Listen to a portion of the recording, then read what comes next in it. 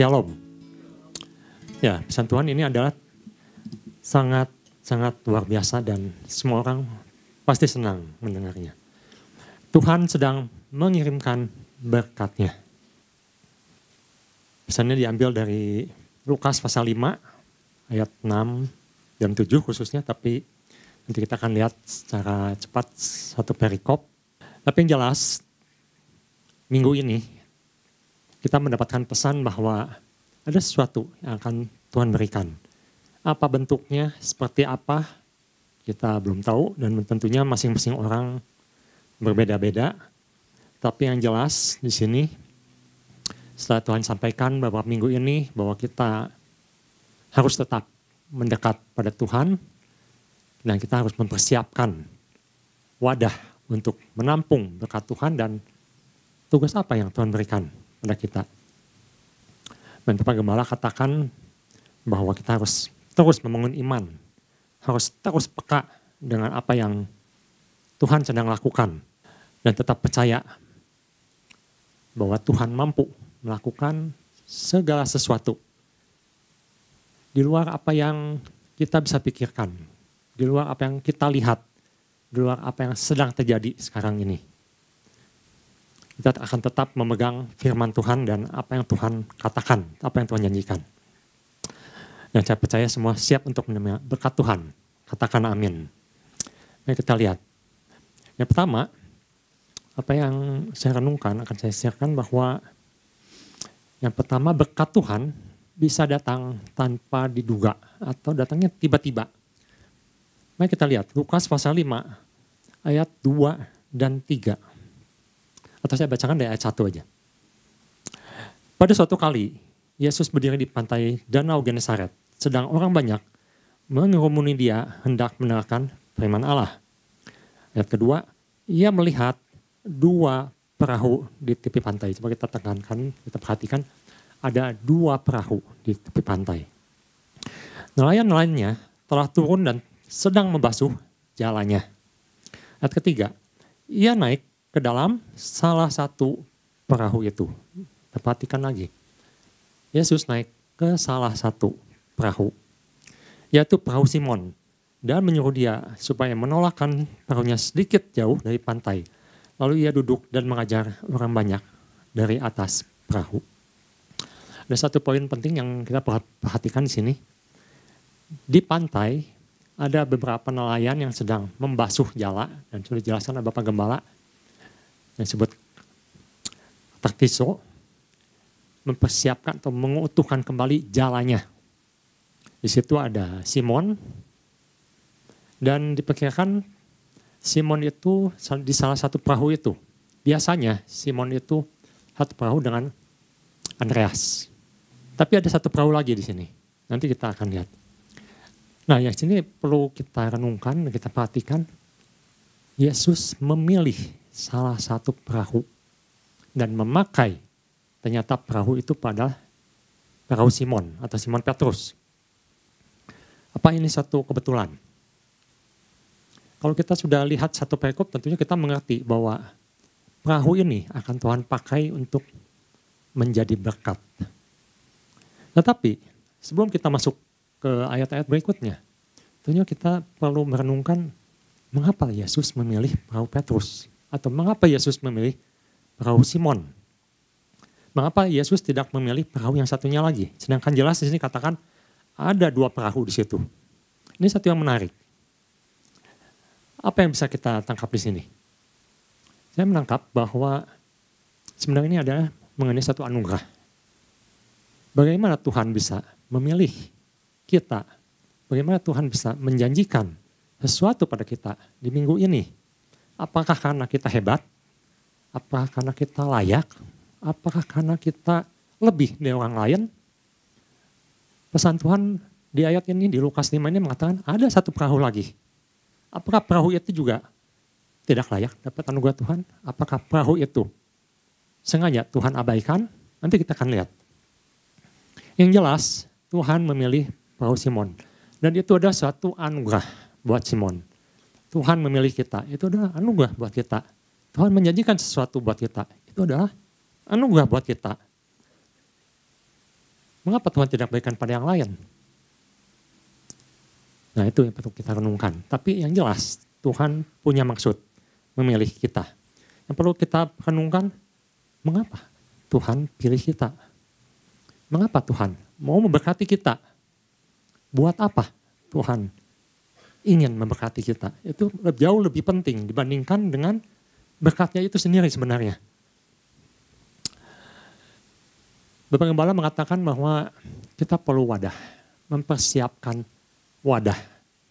Ibu Bapak tentu masih ingat, di zamannya Elisa ada seorang ibu yang kesulitan secara finansial di mana anaknya akan dijual atau dijadikan budak atau jadikan pembantu di keluarga lain. Dan ibu ini minta tolong pada Elisa. Bagaimana caranya supaya dia bisa keluar dari jeratan hutang, yang dikatakan hutang oleh suaminya sewaktu masih hidup. Sehingga sekarang penagih-penagih hutang sudah datang. Maka Elisa katakan, isi bejana itu dengan minyak yang ada, tapi jangan terlalu sedikit. Dengan kata lain, bejana-bejana harus disiapkan. Hal yang serupa di sini. Bapak Gembala sudah berpesan, siapkan wadahnya. Kalau Petrus menyiapkan perahunya, menyiapkan jasanya, menyiapkan jalannya, semuanya dia siapkan. Nah, ada yang menarik di sini. Manusia tuh sering lebih dikendalikan dengan keadaan. Kita bisa lihat waktu Petrus disuruh Tuhan menolakkan sedikit tempat dalam dan Tuhan katakan, Petrus, tebakkan jalamu. Maka Petrus sempat berpikir, karena di sini Petrus katakan, Tuhan, semalaman kami sudah bekerja keras dan tidak dapat apa-apa. Apalagi pagi hari ini atau menuju siang ini, kami harus menebarkan kembali di tempat yang dangkal. Sepertinya ada sedikit keengganan di sini. Tapi Petrus lakukan, itu yang luar biasa. Orang biasa terikat dengan suatu keadaan atau situasi yang biasa terjadi. Biasa orang menangkap ikan di malam hari. Itu sudah umum, hukum alam. Tidak pernah menangkap ikan di siang hari atau di pagi hari. Ataupun kalaupun dapat, kayaknya ikannya beda. Ikan yang di pantai dengan ikan yang di laut dalam. Kalau dekat pantai biasanya ikannya lebih kecil. Ikannya tertentu. Tapi di laut dalam ikannya besar-besar. Nah, saya ada satu grafik di sini bukan untuk mengajarkan tentang sesuatu, tapi ada atau tentang, boleh tampilkan ya, ini adalah grafik pergerakan harga emas per tahun. Jadi ini sekitar 10 tahun atau 15 tahun. Saya bukan hendak mengajarkan ini, bukan. Tapi ada sesuatu di mana orang itu tertanam tentang suatu pendapat, situasi, di mana orang mengatakan kalau investasi di sini pasti untung. Ya itu kan yang sedang digembar-gemborkan sekarang, pasti untung. Tapi saya ingin tunjukkan sedikit, ini berdasarkan pengalaman dan juga data yang jelas di sini. Kalau Ibu Bapak perhatikan ini tahun 2012 sampai 2017, ini grafiknya cukup datar. Kita jangan lihat yang sekarang dulu ya, kita lihat kenyataan. Apa yang sudah terjadi, ini data historis dan datanya akurat. Tahun 2012 sampai 2017 itu boleh katakan harganya cukup flat. Cukup flat. Ada kenaikan tapi sedikit dan itu pun turun naik. Ini kan diambil rata-rata, nilai rata-rata. Kalau saya katakan pasti untung, Anda investasi di sini tahun 2012. Berdasarkan pengalaman, kalau saya katakan berdasarkan pengalaman, harusnya untung. Sama dengan Simon katakan, harusnya malam, bukan siang. Berdasarkan pengalaman Simon. Nah kalau saya katakan misalnya, harusnya untung. Ternyata 2012 sampai 2017 harganya cukup flat. Dengan kata lain, hampir tidak ada kenaikan yang signifikan. Bagaimana kalau Anda simpan semua uang Anda di sini? Lalu Anda berharap bahwa di tahun-tahun berikutnya Anda untung. Tapi ternyata 5 tahun berlalu dan harganya ya begitu-begitu saja. Nah, saya bukan bilang tidak perlu ini, karena orang itu ada dua macam. Kalau di ekonomi itu disebutnya ada yang satu investasi, ada yang kedua dibilang spekulasi. Dunia mengajarkan kita untuk spekulasi. Kalau Simon spekulasi, ketika kita maju sedikit ke satu konteks misalnya, di mana dia diberkati Tuhan luar biasa, di mana dia dapatkan ikan di siang hari, maka ada kemungkinan dia akan melakukannya lagi, menangkap ikan di siang hari. Tapi Alkitab tidak mengajarkan demikian. Alkitab tidak mengajarkan orang untuk spekulasi. Apa yang Alkitab ajarkan? Alkitab ajarkan bahwa Simon, si catatan Alkitab, tidak menangkap ikan lagi di siang hari. Tetapi pernah dicatat lagi Simon menangkap ikan di siang hari karena disuruh Tuhan. Jadi intinya di sini karena dia disuruh Tuhan. Tuhan katakan Simon tolakkanlah sedikit ke tempat yang dalam. Dan Simon tebakanlah jalamu. Itu disuruh Tuhan. Jadi kalau Tuhan bilang Tuhan akan berkati kita. Yang perlu kita peka itu apa yang Tuhan suruh sebenarnya. Bukan melihat langsung di ujungnya bahwa itu ada berkat. Tapi apa yang harus kita lakukan? Kita harus mendengar apa yang Tuhan suruh. Kalau kita berpendapat seperti yang dunia katakan atau secara umum, secara teori, secara ilmu pengetahuan, bisa salah. Bisa salah.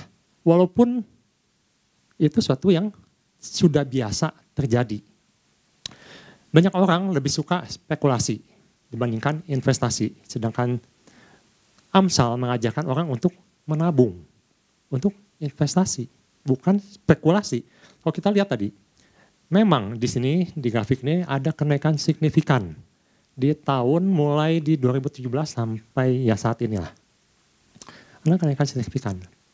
Ada orang yang mengatakan kalau tahu, saya simpan semua uang saya di sini dan saya akan mau untung yang besar.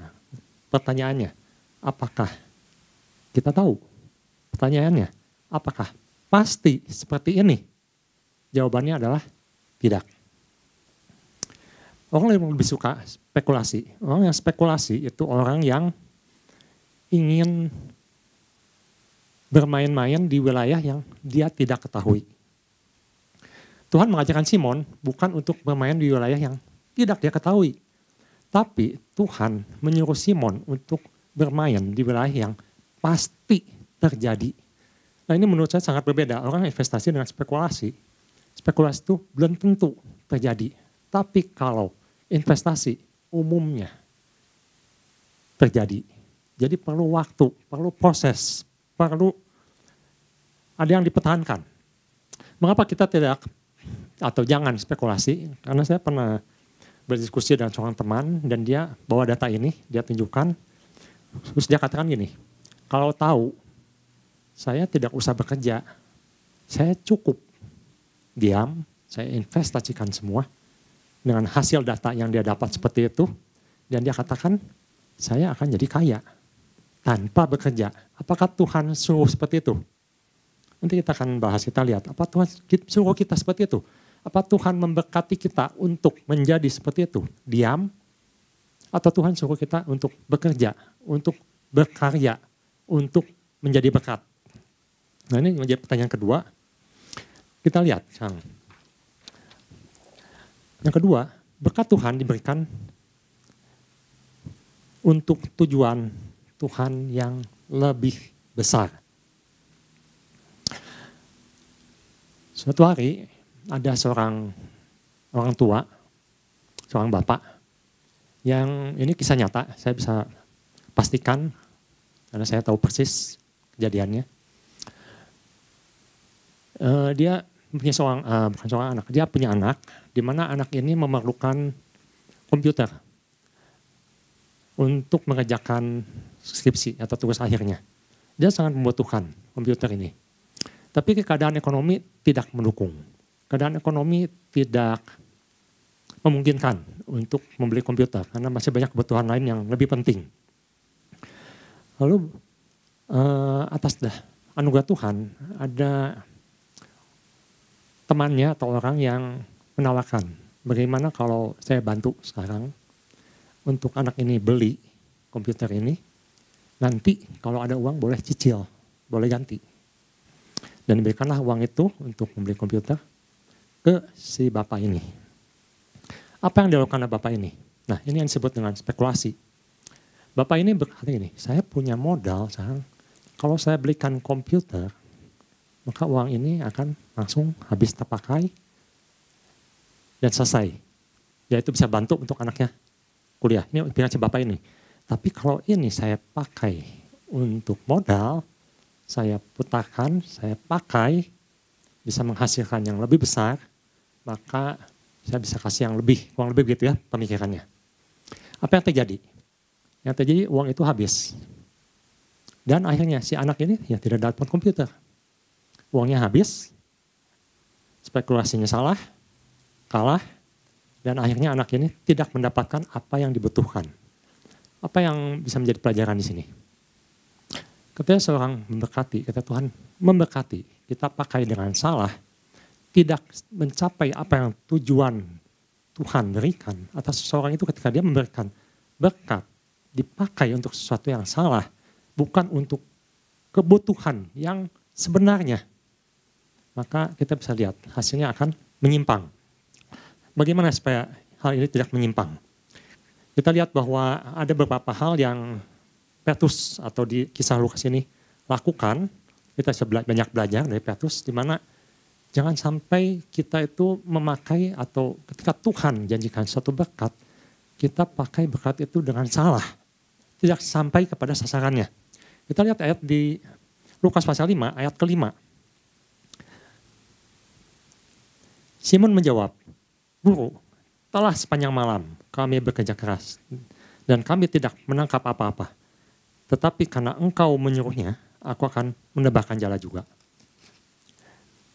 Ayat ke-6, dan setelah mereka melakukannya, mereka menangkap sejumlah besar ikan sehingga jala mereka mulai koyak. Ayat ke-7, lalu mereka memberi isyarat pada teman-temannya di perahu yang lain supaya mereka datang membantunya. Dan mereka itu datang. Lalu mereka bersama-sama mengisi kedua perahu itu dengan ikan sehingga hampir tenggelam. Di ayat ke-5, ketika Tuhan mengatakan sesuatu, mengajar Petrus, maka Petrus mengatakan guru. Atau dalam bahasa Yunaninya epistates, pengajar.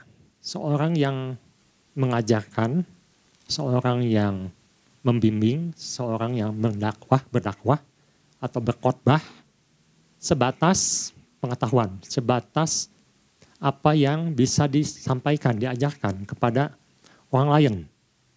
Itu yang Petrus tangkap ketika Yesus katakan, bertolaklah sedikit tempat lebih dalam, tebakanlah jalamu. Maka Petrus katakan, Guru, kami sudah semalaman kerja. Guru, seorang yang mengajarkan sesuatu yang baik, kami sudah melakukannya tadi malam. Tetapi ketika Tuhan perlihatkan mujizatnya, perlihatkan kedahsyatannya, maka ada sesuatu yang terjadi. Di mana di ayat 7 Petrus mengatakan Tuhan. Tuhan. Ini satu kata yang sangat berbeda dengan di ayat yang ke-5. Karena Tuhan itu kurios. Kurios itu bisa berarti Tuhan pencipta. Tuhan yang mengendalikan. Tuhan yang mempunyai segala sesuatunya. Jadi sangat-sangat jauh. Seorang pengajar mungkin bisa menyampaikan sebatas pengetahuan dia.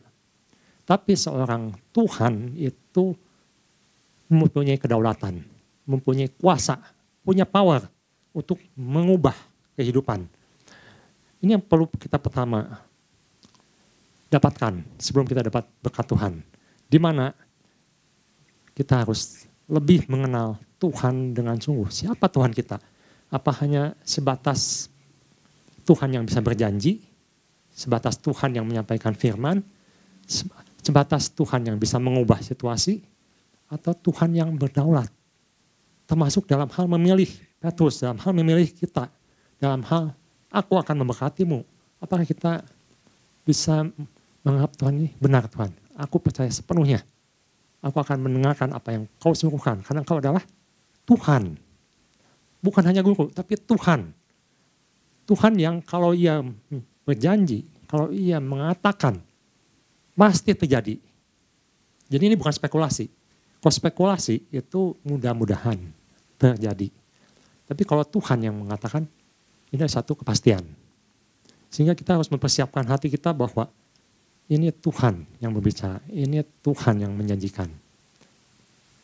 Kita harus lebih sungguh lagi, karena ini adalah Tuhan sendiri yang mengatakan.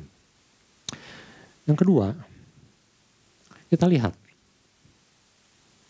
ketika berkat itu diberikan, berkat yang besar, Petrus dapatkan. Apakah Petrus senang berada di situ? Petrus menikmati berkat Tuhan. Dan Petrus katakan, mulai sekarang aku akan hidup tentram, aku akan bersenang-senang, aku akan istirahat. Karena ada satu artikel yang sempat menghitung berapa besar berkat yang Petrus dapatkan, yang dikatakan ikannya begitu melimpah, begitu banyak sampai penuh, sampai jalannya hampir sobek. Itu nilainya besar sekali. Memang ada dua versi. Nah, kita tidak usah memperdebatkan, tapi sangat besar. Yang pasti sangat besar. Sehingga bisa saja Petrus memutuskan saat itu, kalau gitu saya akan pensiun. Kalau gitu saya akan investasi yang lain. Saya akan ganti pekerjaan. Nggak jadi nelayan lagi. Karena uangnya sudah cukup. Hidup saya bisa berubah. Tapi yang menarik, coba kita perhatikan. Lihat ke 11. Apa yang Petrus lakukan? Simon lakukan. Lihat ke 10 dulu kalau gitu ya. Yang bagian B.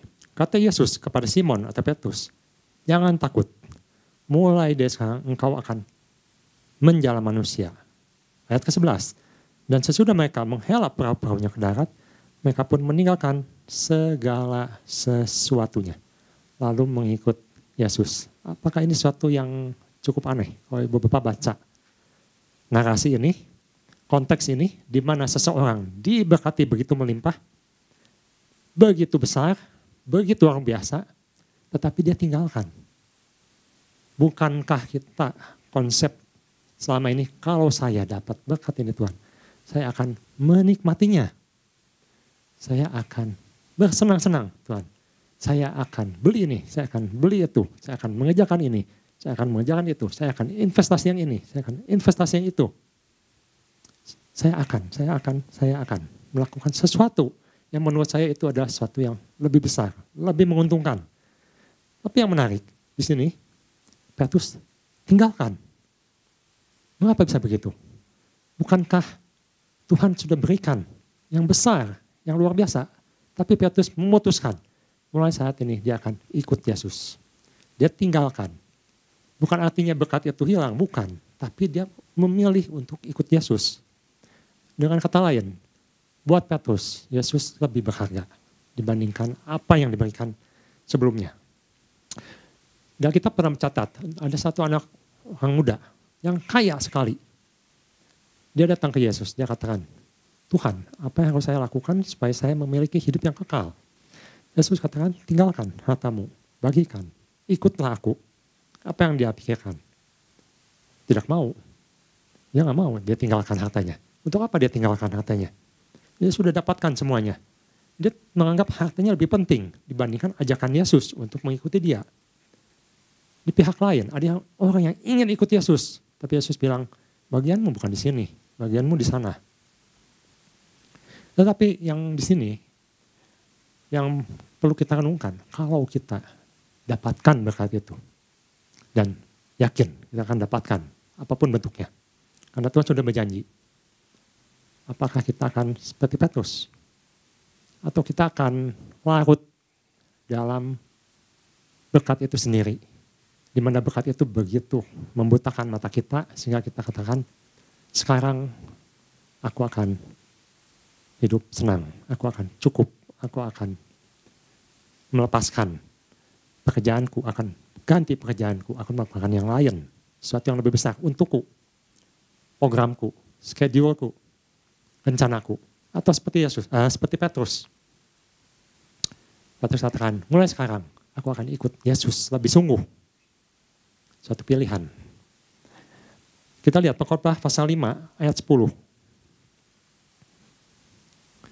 Kalau kita fokus kepada berkat, ini bisa menjadi jerat buat kita.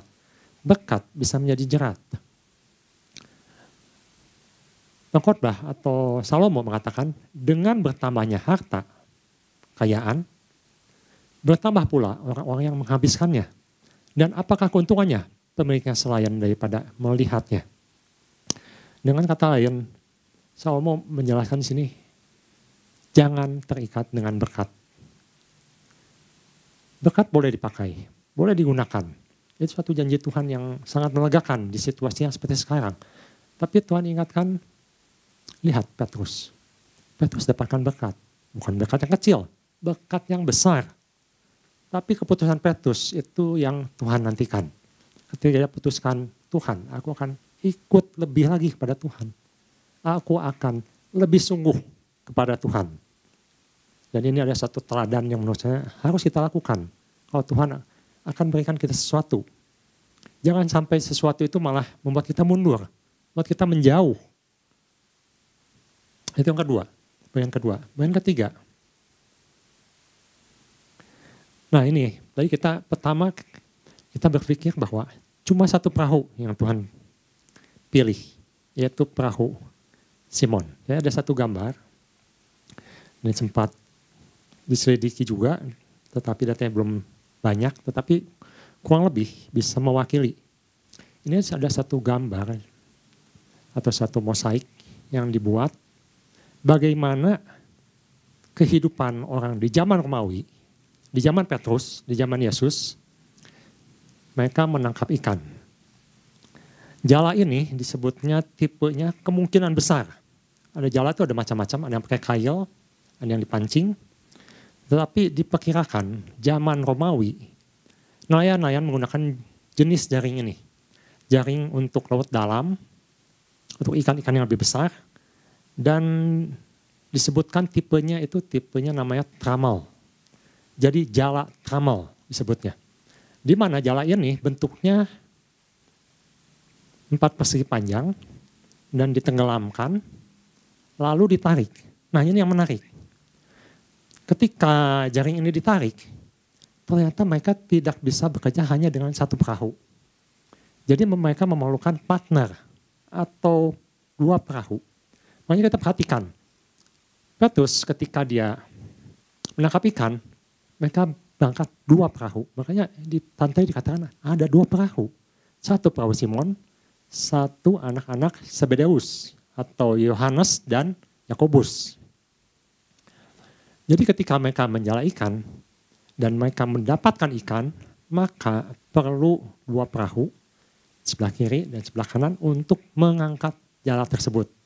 Jadi jala ini tipenya untuk saat itu ya, untuk saat ini mungkin lebih modern. Untuk saat itu diangkat bersama-sama. Anggaplah 2 orang di perahu yang satu, 2 orang di perahu yang kedua. Diangkat dan ada di YouTube, di satu adegan, ada satu film cukup presentatif. Jadi waktu diangkat, si ikan itu bukannya diangkut dengan jalannya, tapi disadok. Pakai semacam baskom gitu, baskom yang mungkin dari dari bahan kayu atau apa, disadok, diambil, masukkan ke dalam perahu. Jadi perlu kerjasama. Nah kita perhatikan, ayat ke-6. Dan setelah mereka melakukannya, mereka menangkap sejumlah besar ikan, sehingga jala mereka mulai koyak. Waktu itu berapa perahu yang mendapatkan ikan? 1 perahu, yaitu perahu Simon. Dengan kata lain, di sini menunjukkan bahwa Simon tidak menduga kalau dia bisa mendapatkan ikan di situ. Ikannya begitu banyak.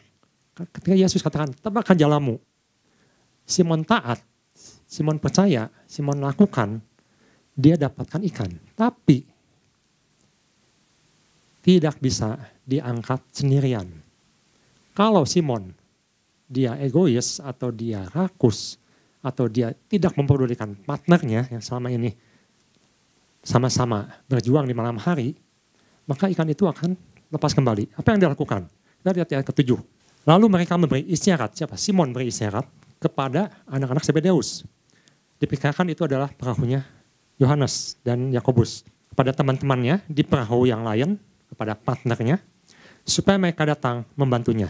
Dan mereka itu datang, lalu mereka bersama-sama mengisi kedua perahu itu dengan ikan sehingga hampir tenggelam. Kita lihat di sini, apakah Tuhan pilih kasih? Ternyata tidak. Kita lihat di satu sisi Tuhan memberkati anak-anaknya, semua kebagian. Di lain sisi, Petrus membagi dengan teman-temannya. Petrus membagi dengan Yohanes dan Yakobus. Padahal yang menangkapkan Petrus saat itu. Tapi dia bagi, dia panggil. Ini menunjukkan bahwa berkat itu bisa menjadi berkat untuk orang lain. Dengan kata lain, berkat Tuhan berikan untuk supaya kita punya fellowship. Ada sesuatu yang bisa diberikan. Ada sesuatu yang bisa digunakan untuk menjadi berkat lagi.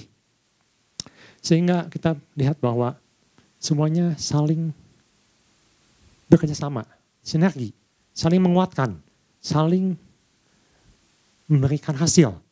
Karena tanpa Yohanes, tanpa Yakobus di perahu yang lain, maka akan sulit untuk mendapatkan ikan. Kalau kita lihat dengan cara mereka menjala ikan saat itu, perlu partner, perlu orang, perlu saudara seiman. Kita diberkati Tuhan bukan untuk hidup sendiri, tapi untuk bekerja sama, untuk melakukan misi kerajaan Allah. Di mana Tuhan pakai semua orang, Tuhan berkati semua orang sebagai satu komunitas. Nah itu yang bisa saya bagikan. Jadi yang pertama, benar bahwa berkat Tuhan itu bisa datang tiba-tiba.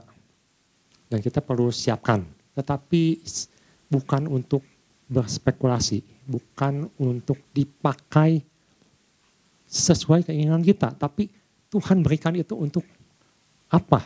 Untuk sesuatu yang lebih besar. Untuk sesuatu yang mungkin kita belum tahu. Tapi ada tugas. Yang jelas ada tugas. Kita Tuhan memberikan berkat, itu ada tugas. Bukan untuk dinikmati saja seperti anak muda yang kaya itu yang cukup puas dengan keadaannya. Dan dia malah melepaskan yang terpenting. Tetapi Petrus memilih yang tepat. Petrus memilih yang terbaik. Dia malah mendekat kepada Tuhan. Dia malah ikut Tuhan. Lebih lagi. Itu yang menjadi poin penting bagian pertama. Dan bagian kedua, kita lihat bahwa seharusnya berkat itu membuat kita lebih mengenal Tuhan. Lebih sungguh siapa Tuhan kita itu.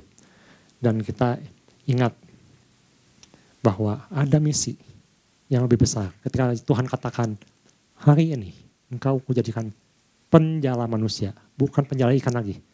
Penjala manusia, ada tugas yang lebih besar yang Tuhan berikan untuk dilanjutkan, untuk diteruskan. Dan yang ketiga, kita harus mengingat bahwa kita dalam gereja, dalam kerjaan misi Allah itu, kita berjuang bersama. Ada fellowship, ada partner yang perlu kita ajak bersama untuk berjalan bersama dalam misi kerajaan surga. Tuhan Yesus memberkati.